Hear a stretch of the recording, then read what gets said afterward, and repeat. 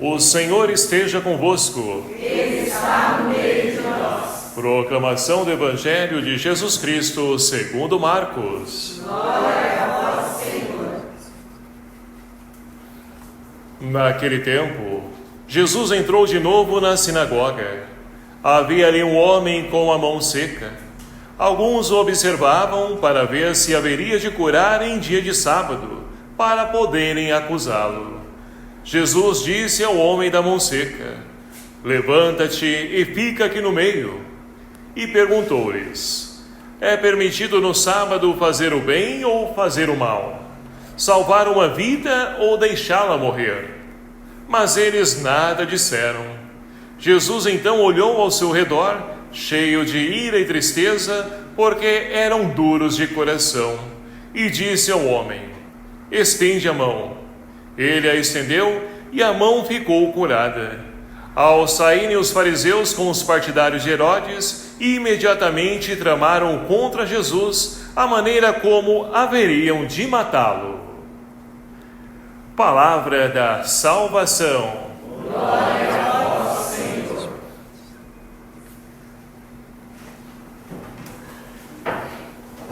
Queridos e amados irmãos, louvado seja o nome do nosso Senhor Jesus Cristo. Para sempre seja louvado. E mais uma vez nós temos a oportunidade de poder então nos alegrar e de poder então celebrar a festa de São Paulo Apóstolo. E nada melhor do que então, antes de celebrar uma festa, de ir para a festa, é nos preparar. Quando a gente então é convidado para um casamento, ou uma festa, do debutante, e outras festas também, nós, principalmente as mulheres, vão lá, se preparam, fazem unha, uma escova, pintam o cabelo, enfim, se preparam para aquela grande festa. E nós também, ao podermos então celebrar a memória de um padroeiro da nossa comunidade, nós também devemos fazê-lo. Mas não ir ao salão, pintar unha, olha só, a unha inclusive está até suja do trabalho, mas enfim, o que nós devemos então nos preparar é no interior, é dentro de nós, é o nosso psicológico, é o nosso íntimo, para que nós possamos estar bem. E é claro, uma roupa que se nós pudermos, ótimo, se não, não tem problema, vamos nos alegrar da mesma forma, de podermos então nos colocar na presença do Senhor, para podermos fazer a experiência que levou Paulo, apóstolo, a poder se fascinar por Jesus. É um tema muito interessante, proposto para a nossa reflexão hoje. Fascinar, fascinação. O que nós então temos em mente quando ouvimos essa palavra? Ora, é uma pessoa que está louca por algo ou por alguém. É uma pessoa então que está doente, apaixonada. Então, são vários os sinônimos dessa palavra e cada um deles ou de nós podemos então fazer a nossa representação, de acordo com a nossa experiência com Jesus. Paulo, então, ele, como nós conhecemos muito bem a sua história, era uma pessoa, um fariseu formado na escola de Gamaliel, uma das melhores escolas do seu tempo, E ali então ele estava sendo fiel a Deus, ali a sua maneira de ser, a sua conduta, em tudo ele estava sendo fiel a Deus e buscava viver dessa forma, assiduamente. Mas então diz para nós o livro dos Atos dos Apóstolos, no capítulo 9, um encontro que mudou para sempre a vida dele. Ele então a caminho de Damasco, onde ele iria perseguir os cristãos, e olha que interessante. Antes disso, capítulo 6 do Atos dos Apóstolos, nós temos então ali o primeiro mártir da igreja, chamado Estevão. Ele que então foi um diácono da igreja, o protomártir da igreja.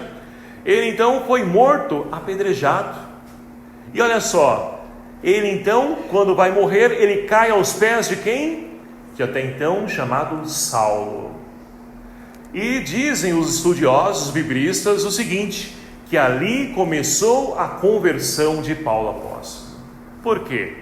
Ele que então buscava ser fiel a Deus e era fiel a Deus, de acordo com aquilo, a doutrina judaica a qual ele seguia, ele com certeza diz aos estudiosos o seguinte, que quando Estevão caiu aos pés ali de Paulo, até então chamado Saulo, né? Ele logo, aquilo mexeu com ele, lá por dentro, na sua estrutura, que ele começou a pensar, mas como pode?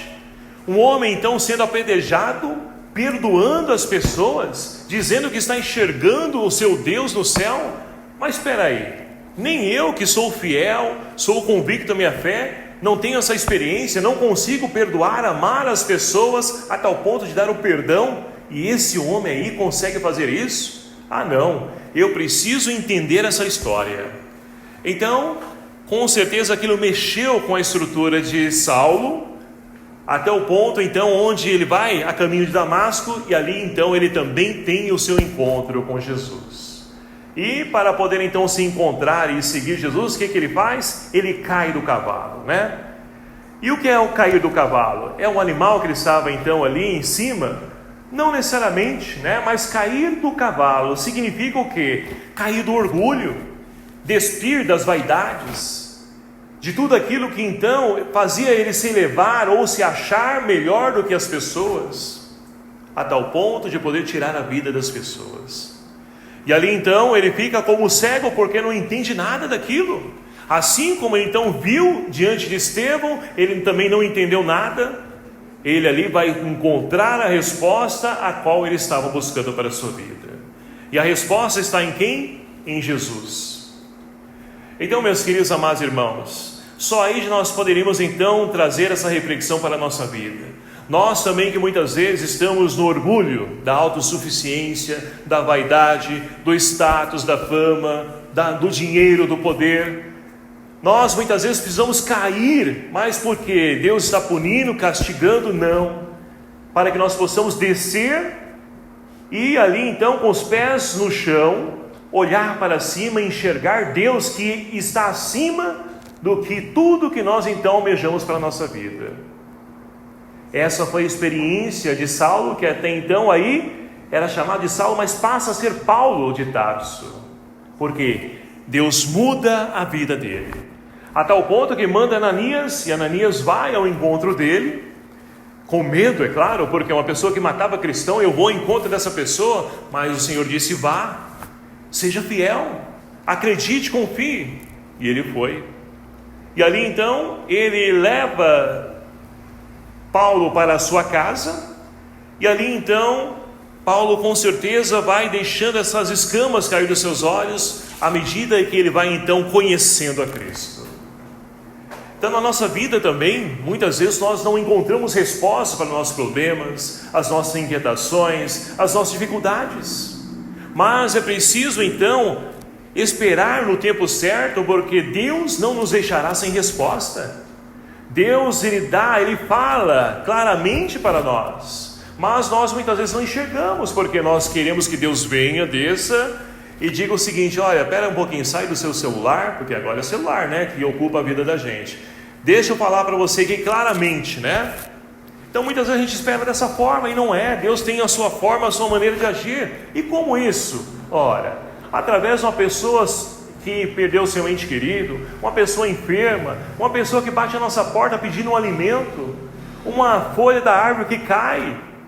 Então Deus tem as suas formas, o seu meio de poder então nos falar, para que nós possamos então deixar cair as escamas dos nossos olhos e enxergar a beleza da vida.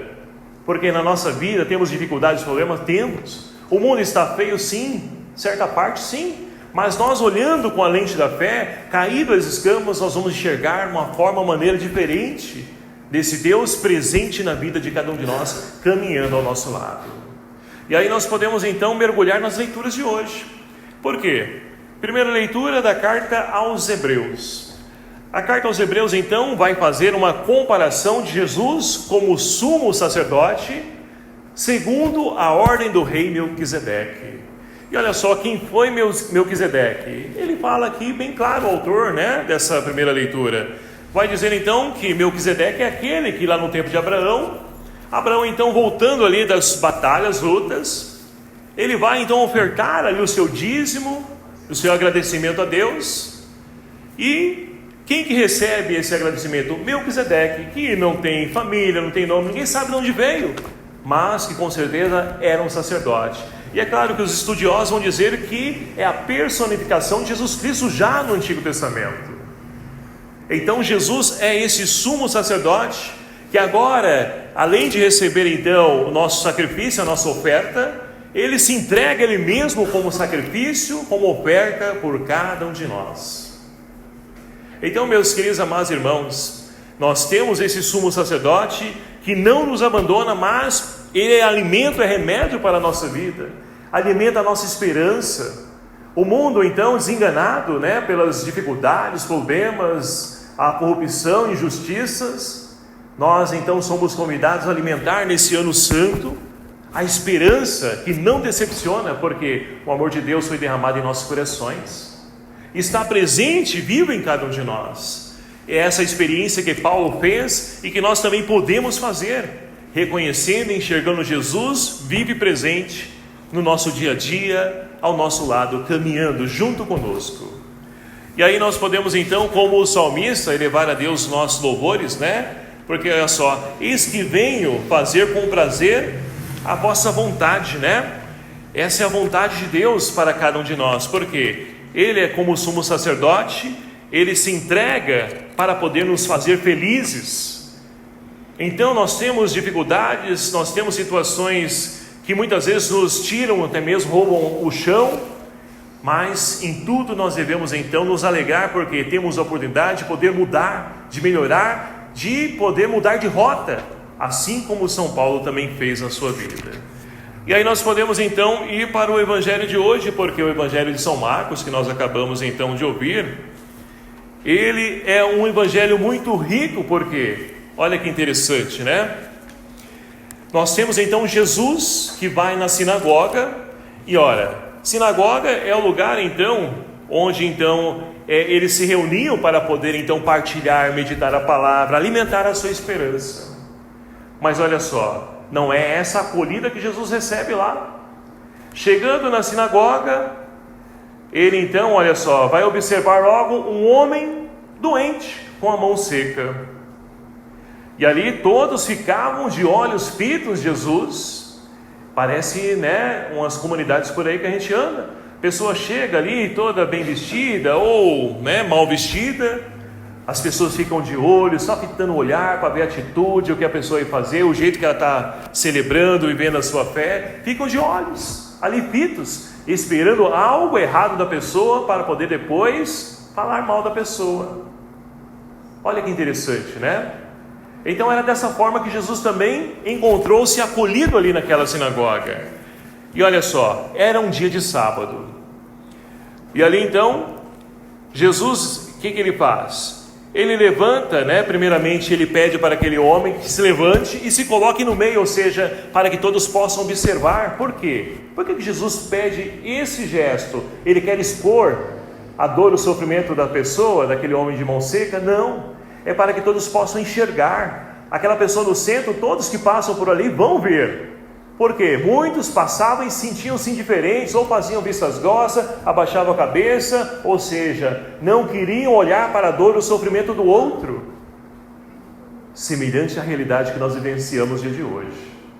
Muitas pessoas se param indiferente, à dor da perda do ente querido, de um desemprego, de uma família que está então lutando contra o vício das drogas, do álcool, contra os prazeres da vida, contra o desemprego, contra a enfermidade.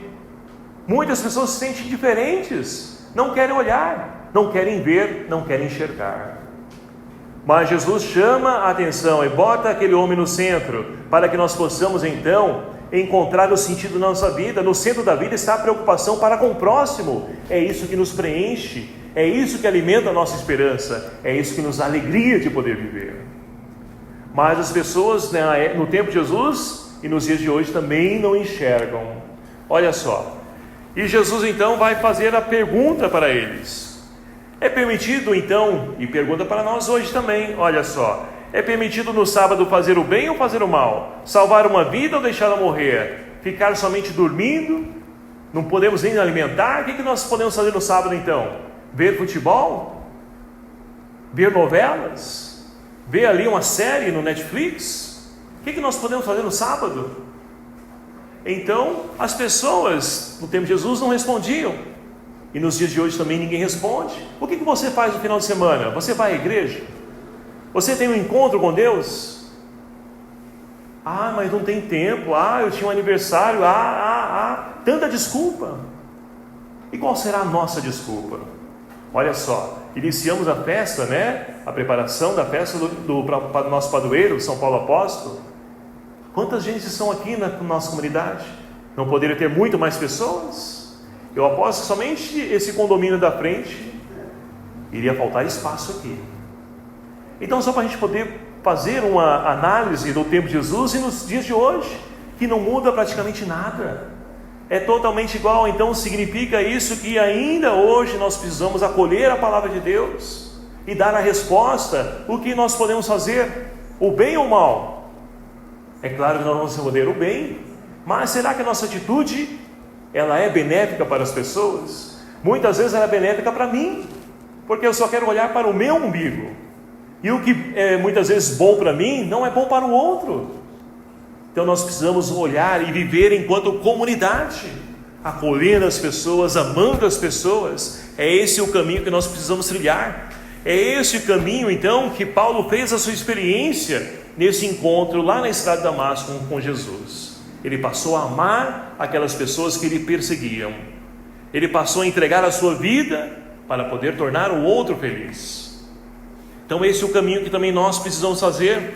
E olha só, Jesus ele é indiferente, mesmo se as pessoas querem ou não querem que ele faça, ele vai fazer, porque eu preciso passar por esse mundo fazendo o bem e curando a todos, levando a esperança para as pessoas. E qual o sentido da nossa vida hoje? Nós temos então vivido para poder então levar a esperança para as pessoas? Ou para ser mais um que reclama de tudo e de todos?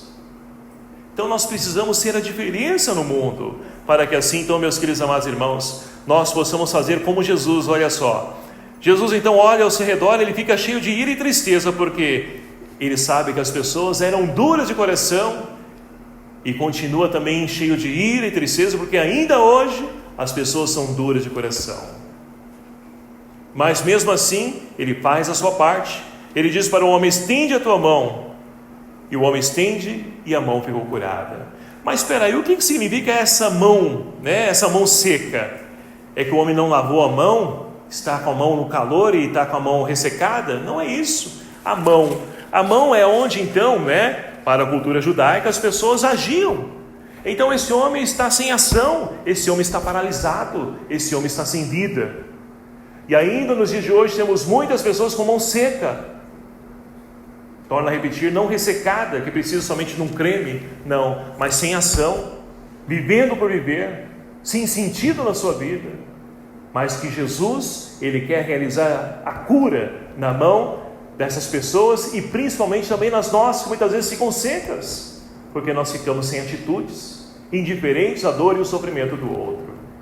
Então Jesus cura a mão desse homem, e as pessoas então, ao invés de agradecer, louvar e ficar feliz porque uma pessoa obteve a cura, a graça da cura, não, estão aqui procurando maquinar a morte de Jesus. E nos dias de hoje, meus queridos amados irmãos, quem procura fazer o bem, isso eu falo, né, porque a gente faz essa experiência também, a gente vê isso na nossa comunidade, se prepara para a perseguição, calúnia, fofoca, infama, tudo isso, difamação, né?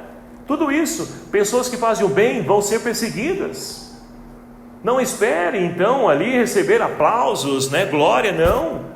Vão ser perseguidas, vão falar mal de você. As mesmas pessoas que não fazem, e quem faz, falam mal. Mas em tudo isso, meus queridos amados irmãos, nós podemos nos alegrar, porque diante da perseguição, das dores, nós podemos fazer a experiência de Paulo. Já não sou eu que vive, mas é Cristo que vive em mim. Olha só que ousadia de Paulo, e que alegria, né, de poder dizer isso. Mas olhando para a nossa vida hoje, nós podemos ter essa afirmação.